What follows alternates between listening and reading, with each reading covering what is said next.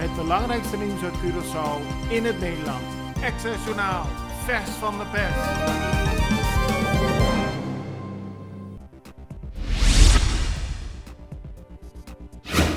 6 politieagenten op Curaçao zijn ontwapend. Ze waren al eerder op non-actief gesteld.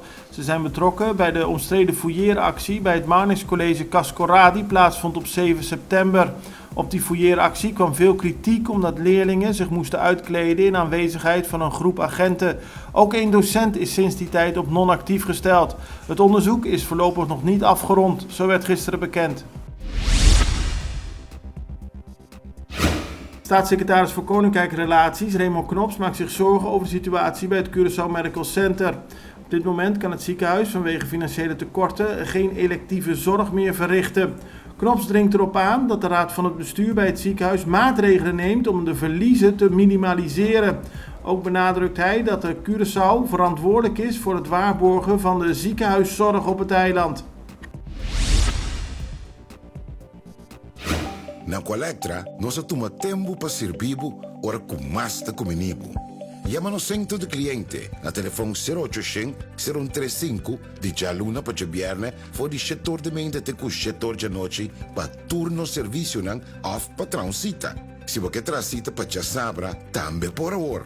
Por escolher para trabocita, riba aqualectra.com e aproveitar a mesora, põe o documento na cerca para visita cerca nós vai mais fácil.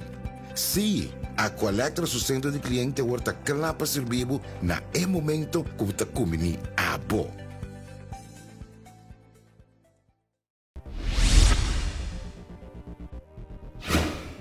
Het Curaçao Medical Center ziet licht aan het eind van de tunnel. Dit naar aanleiding van de brief die staatssecretaris Raymond Knops heeft geschreven.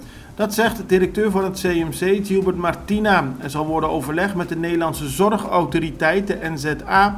En er zal worden gekeken naar de herijking van de tarieven en de bekostiging van de tweede lijnszorg. Volgens Martina moet dat ertoe leiden dat er meer financiële ruimte komt bij het CMC. De Raad van Commissarissen en de directie van de Refineria di Curaçao heeft haar positie ter beschikking gesteld. Dat hebben ze gedaan nadat de overheid, dat de grote aandeelhouder is van de RDK, heeft laten weten dat ze geen vertrouwen meer hebben in de Raad van Commissarissen en de directie van de RDK. Dat gebeurde in een brief op 23 september. De Raad en de Raad van Commissarissen zien geen reden waarom ze nog moeten blijven zitten als de overheid geen vertrouwen in hun handelen heeft.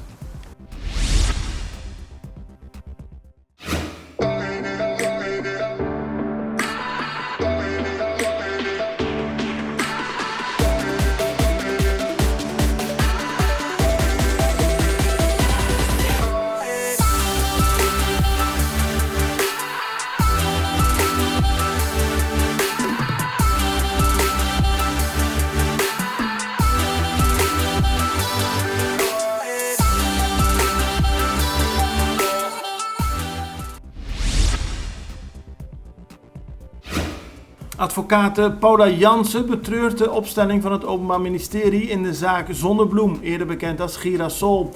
In die zaak werden eind september alle verdachten vrijgesproken van subsidiefraude bij het Wit-Gele Kruis. Volgens de advocaten kon dat al veel eerder gebeuren. Al in 2020 waren er voldoende indicaties dat de verdachten niet betrokken zijn bij de subsidiefraude, aldus Paula Jansen. Ze vindt het jammer dat ze nog een jaar moesten wachten voordat de 4 daadwerkelijk te horen gekregen dat ze niet vervolgd worden. Curaçao moet meer doen aan de bestrijding van mensenhandel en mensensmokkel. Dat blijkt uit het jaarlijks onderzoek van het Amerikaanse State Department. Minister van Justitie Gilmar Pik-Pisas heeft hierover een brief geschreven aan de voorzitter van het Curaçaose parlement. Curaçao moet meer doen, want op dit moment gebeurt het nog te vaak dat mensen tegen hun wil worden vervoerd naar Curaçao of worden doorgevoerd of hier te werk worden gesteld zonder dat ze rechten hebben. De KLM heeft haar planning aangepast en vanaf begin november tot en met eind januari zullen er 10.000 passagiers per week kunnen worden vervoerd naar Aruba, Curaçao, Bonaire en Sint Maarten. Op die manier voldoet de KLM aan de vraag die er in Nederland bestaat voor een vakantie naar een van de eilanden. Midden december zullen nog meer vluchten worden ingezet, omdat er dan verwacht wordt dat nog meer mensen naar de eilanden willen gaan voor een vakantie. Het belangrijkste nieuws uit Curaçao in het Nederland. Extra Journaal, vers van de pers.